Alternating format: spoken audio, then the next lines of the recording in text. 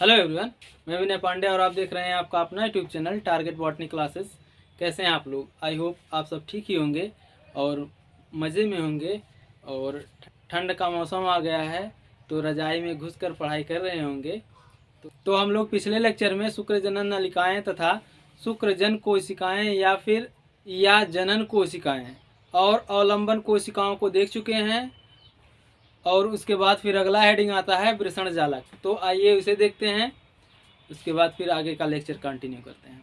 Okay, तो आइए पहले वृषण जालक के डिफिनीशन को देख लेते हैं, उसके बाद फिर समझने की कोशिश करते हैं। ओके, तो चलिए देखते हैं व्हाइट बोर्ड पर। देखिए वृषण जालक, ठीक, इसे इंग्लिश में कहते हैं रेड टेस्टिस। ओके, यह फिगर जो है वृषण का अनुदैर्ध्य काट का फिगर है। ओके, देखिए वृषण की अनुदैर्ध्य में शुक्रजन नलिकाएं अतिकुंडलित नलिका के रूप में अवस्थित होती हैं। ओके, उसके बाद ये वृषण की सतह से प्रारंभ होकर वृषण के पश्च भाग के मध्य क्षेत्र की ओर बढ़ती हुई कम कुंडलित होती जाती हैं और अंत में यह सीधी होकर इस क्षेत्र में स्थित छोटी छोटी नलिकाओं के एक घने जाल के रूप में खुल जाती हैं। ओके, नलिकाओं के इस जाल को वृषण जाल कहते हैं। ओके, तो आइए समझने की कोशिश करते हैं। देखिए वृषण के अंदर शुक्रजन नलिकाएं अतिकुंडलित नलिका के रूप में अवस्थित होती हैं। ओके, देखिए यहाँ पर फिगर में, देखिए वृषण का फिगर है। वृषण के फिगर के अंदर देखिए शुक्रजन नलिकाएं जो हैं अतिकुंडलित के रूप में अवस्थित हैं। ओके, देखिए यहाँ पर जो है वृषण के अंदर, ठीक, वृषण के अंदर शुक्रजन नलिकाएं जो होती हैं वह अतिकुंडलित होती हैं। ठीक, और यही शुक्रजन नलिकाएं जब वृषण के अंदर पश्च की ओर मध्य क्षेत्र में जाती हैं तो उनका जो है उनके कुंडलन में कमी आती है और बाद में आगे चलकर शुक्रजन नलिकाएं छोटी छोटी नलिकाओं के रूप में एक जाल बना लेती हैं। ठीक, और इसी जाल को वृषण जालक कहते हैं। ओके, देखिए यहाँ पर दिखाया गया। ओके, उसके बाद फिर अगला हेडिंग है शुक्रवाहिकाएं या फिर अपवाहक नलिकाएं। इसे इंग्लिश में कहते हैं वैसा एफरेंटिया। ओके, आइए इसमें देखते हैं। देखिए वृषण जालक से 15 से 20 पतली संवलित निकलती हैं। ठीक, पतली संवलित निकलती हैं। इन्हें अपवाहक नलिकाएं या शुक्रवाहिकाएं कहते हैं। ओके, उसके बाद फिर आगे देखिए प्रत्येक शुक्रवाहिका वृषण की आंतरिक सतह पर पहुंचकर अधिवृषण नलिका में खुलती है। ओके, तो आइए इसे समझते हैं।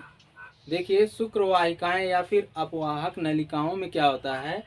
देखिए वृषण जालक से 15 से 20 पतली लंबी नलिका निकलती है। ठीक, जिसे अपवाहक नलिकाएं या फिर शुक्रवाहिकाएं कहते हैं। ओके, देखिए वृषण जालक से पतली पतली लगभग 15 से 20 नलिकाएं निकलती हैं, हालांकि हमने उतना बनाया नहीं है। ओके, और इसी नलिकाओं को अपवाहक नलिकाएं या फिर शुक्रवाहिकाएं कहते हैं। ओके, और यही प्रत्येक शुक्रवाहिका वृषण की आंतरिक सतह पर पहुंचकर अधिवृषण नलिका में खुलती है। ओके, इसके बाद फिर अब अगली हेडिंग आती है अधिवृषण। तो आइए उसे देखते हैं।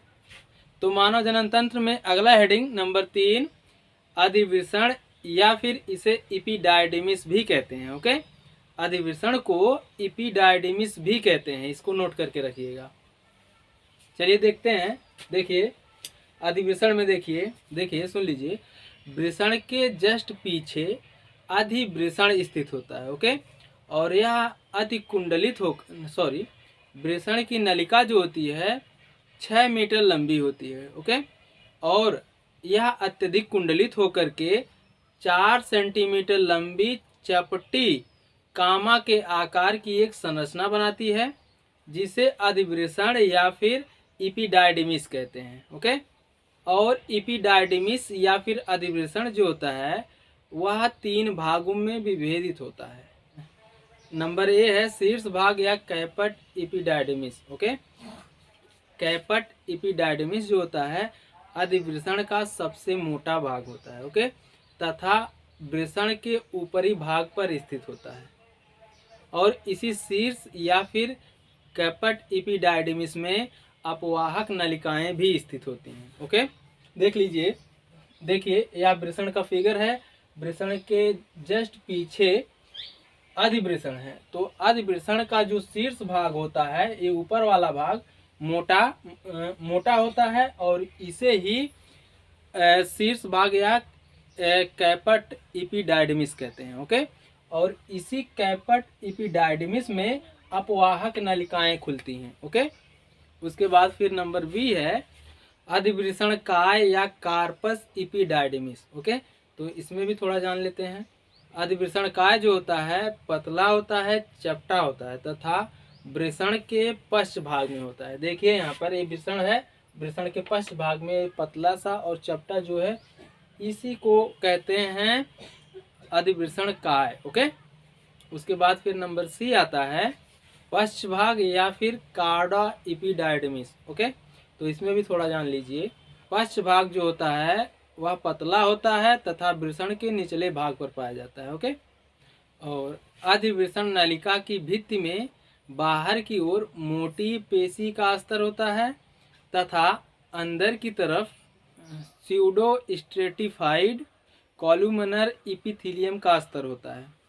इपिथीलियम या उपकला की आंतरिक सतह पर कोशिकाओं के स्वतंत्र सिरों पर लंबे व शाखा युक्त सूक्ष्म अंकुर होते हैं, ठीक, जिन्हें स्टीरियोसिलिया कहते हैं। ओके, और शुक्राणुओं का पूर्ण परिपक्वन इसी नलिका में होती है। किस नलिका में? अधिवृषण नलिका में। ठीक, अधिवृषण नलिका में शुक्राणु जो होते हैं पूर्ण रूप से परिपक्व होते हैं। ओके, और ये शुक्राणु जो होते हैं अधिवृषण की नलिका में लगभग 1 महीने तक संग्रहित होते हैं या फिर या फिर जमा रहते हैं। ओके, तत्पश्चात या फिर उसके बाद इनका विघटन होने लगता है। किसका? शुक्राणुओं का। ओके, और विघटित तरल का सूक्ष्मांकुरों या फिर माइक्रोविली द्वारा अवशोषण कर लिया जाता है। अधिवृषण के शीर्ष भाग पर अधिवृषण की नलिका अतिकुंडलित होती हैं तथा पश्च भाग या कार्डा एपिडायडिमिस में पहुंचकर कम कुंडलित हो जाती हैं तथा कुछ मोटी हो जाती हैं और अंत में सीधी होकर शुक्रवाहिनियों में खुलती हैं। देखिए, अंत में सीधी होकर शुक्रवाहिनियों में खुल जाती हैं। ओके, तो आइए अब थोड़ा सा व्हाइट बोर्ड पर लिखे डिफिनीशन को भी देख लेते हैं। ओके, चलिए देखते हैं। देखिए मानव नर जनन तंत्र में नंबर 3 हेडिंग है अधिवृषण, जिसे इपिडायडिमिस भी कहते हैं। उसके बाद आगे देखिए, इपिडायडिमिस या फिर अधिवृषण नलिका लगभग 6 मीटर लंबी होती है। यह अत्यधिक कुंडलित होकर के वृषण के पश्च तल पर फैली लगभग 4 सेंटीमीटर लंबी व चपटी सी कामा के आकार की एक संरचना बनाती है, जिसे अधिवृषण या फिर इपिडायडिमिस कहते हैं। ओके, उसके बाद फिर आगे देखिए, इपिडायडिमिस जो होता है 3 भागों में विभेदित रहता है। ओके, देखिए नंबर ए है शीर्ष भाग या कैपट इपिडायडिमिस। ओके, और नंबर बी है अधिवृषण काय या फिर कार्पस एपिडायडिमिस, और नंबर सी है पश्च भाग या कार्डा एपिडायडिमिस। ठीक, इनके बारे में थोड़ा थोड़ा हम बता चुके हैं आपको। उसके बाद फिर आगे देखते हैं। अधिवृषण नलिका के भित्ति में बाहर की ओर मोटा नहीं रहेगा, यहाँ पर मोटी रहेगा। ठीक, मोटी पेशी अस्तर। ओके, तथा अंदर की तरफ स्यूडो स्तरित स्तंभी उपकला का अस्तर होता है। ओके, उसके बाद फिर आगे देखिए, इस उपकला की आंतरिक सतह पर कोशिकाओं के स्वतंत्र सिरों पर लंबे व शाखा युक्त सूक्ष्म अंकुर को इंग्लिश में माइक्रोविली कहते हैं। ठीक, होते हैं, जिसे जिसे स्टीरियोसिलिया कहते हैं, जिसे स्टीरियोसिलिया कहते हैं। ओके, उसके बाद फिर आगे देखिए, शुक्राणुओं का पूर्ण परिपक्वन इस नलिका में होता है। इस नलिका में मतलब जानते हैं ना, अधिवृषण की नलिका में, अधिवृषण की नलिका में शुक्राणुओं का पूर्ण परिपक्वन होता है। ओके, पूर्ण परिपक्वन का मतलब जो होता है, अधिवृषण की नलिका में शुक्राणु या फिर स्पर्म जो होते हैं मेच्योर होते हैं। ओके, उसके बाद फिर आगे देख लीजिए, थोड़ा सा इम्पोर्टेंट है अधिवृषण के कार्य। ठीक, इसे आप लोग नोट कर लीजिएगा और फिर जो है याद भी कर लीजिएगा। ओके, देखिए अधिवृषण में नंबर ए या नंबर 1 करके लिख सकते हैं। देखिए नंबर ए है, वृषणों से निकले शुक्राणुओं को शुक्रवाहिनी में पहुंचने के लिए मार्ग प्रदान करती है। अधिवृषण जो होता है, वृषण से जो शुक्राणु या स्पर्म निकलते हैं उन्हें शुक्रवाहिनी में पहुंचने के लिए मार्ग प्रदान करते हैं। ओके, उसके बाद फिर देखिए नंबर 2 है या फिर भी है, शुक्राणुओं को स्खलन से पूर्ण संचित करके इन्हें पोषण प्रदान करते हैं। कौन? अधिवृषण। अधिवृषण जो होते हैं शुक्राणुओं के स्खलन या फिर निकलने से पहले इन्हें संचित करके या फिर रख करके इन्हें पोषण प्रदान करते हैं। ओके, उसके बाद नंबर सी है, शुक्राणु शुक्रवाहिनियों की ओर क्रमाकुंचन से इन्हीं नलिका में बढ़ते हैं।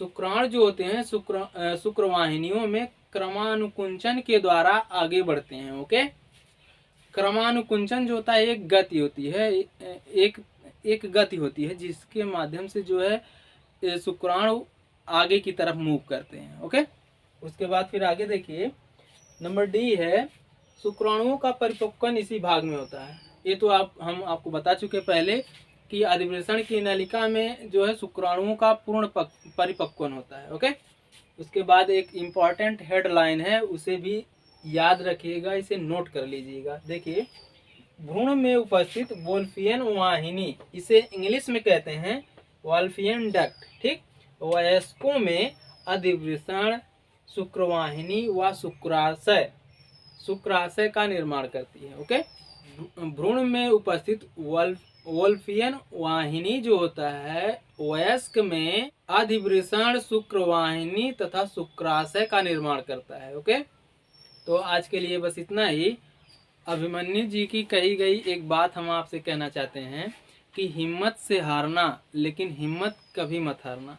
All the best.